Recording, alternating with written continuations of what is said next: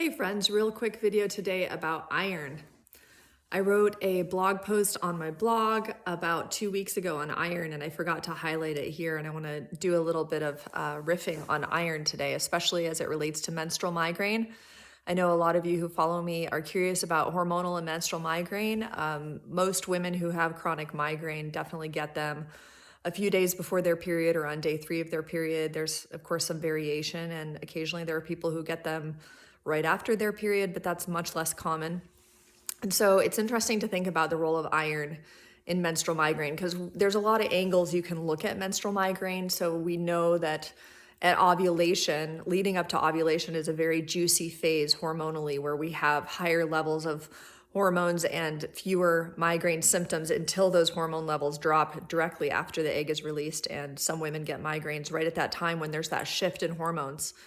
And we know that testosterone, estrogen, progesterone, these hormones are very, very low during menstruation. So we know that it's a low hormone issue. But that's just one angle to look at it.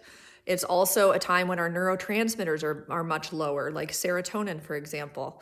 We know that some of the medications that help people to abort a migraine work on those serotonin pathways. And also that iron is lost in blood during menstruation and iron is needed to make serotonin. What else is iron good for? It's not involved in making testosterone or progesterone, as far as I'm aware, but it is involved in thyroid hormones. So low iron at that time would affect our thyroid levels, which if you watch my other videos, you'll understand why that is implicated in migraine. Just to quickly recap that, when we're more in a hypothyroid state, our body temperature is lower, and the temperature of our body affects the functioning of the enzymes. So the way that the enzymes are structured, depending on temperature, affects how well they work. So if your body temperature is a little bit too low or too high or just out of range, it will affect everything else in the body. So we're going to be a little more hypothyroid during our period when we're losing blood. But what else is iron needed for? How about oxygen? Getting oxygen into the cells to make ATP. Super, super critical. If you're bleeding a lot, or if you're bleeding during this time and losing iron, you won't have as much available to bring oxygen into the cells. And this is super relevant because migraine is a state of hypoxia, and hypoxia is low tissue oxygen. And I've talked in previous videos about the relationship between oxygen, pH balance, and voltage. We know that when migraine occurs and when pain occurs actually anywhere in the body, not just with a migraine condition, but anywhere in the body, when pain occurs, it's because there's too little voltage in the cells. What is it that determines voltage in the cells? It's the level of oxygen. So when we're more acidic, less voltage. When we have more oxygen in our cells, we have more voltage. So whenever we go into a low oxygen state, we're going to have less voltage, and the lower the level of voltage goes, the more pain we have. I've written an article, actually a 2-part article that I don't think I've highlighted here yet, that I wrote about a month ago, maybe a little bit more. And I mentioned this a lot in my videos. So if you want to know more about that pH, voltage, and oxygen relationship, check that out on my blog.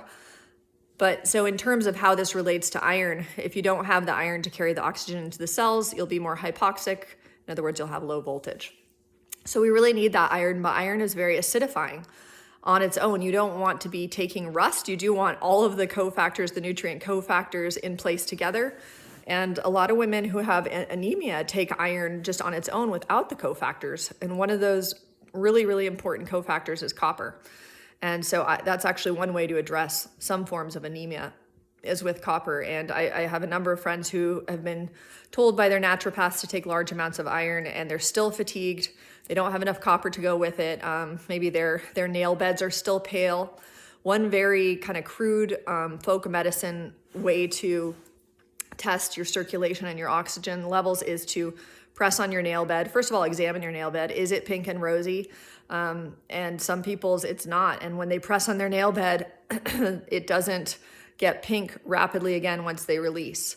So when you press on your nail bed, it should turn pink quite quickly, under a second. If it is a gradual process of getting pink again, that means you have circulation and oxygen and issues and anemia. And sometimes the copper iron balance and ratio is important there.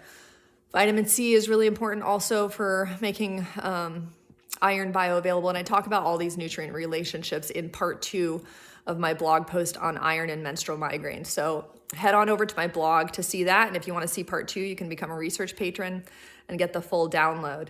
I just wanted to share that I've added a lot of research to my knowledge base on iron in these 2 articles.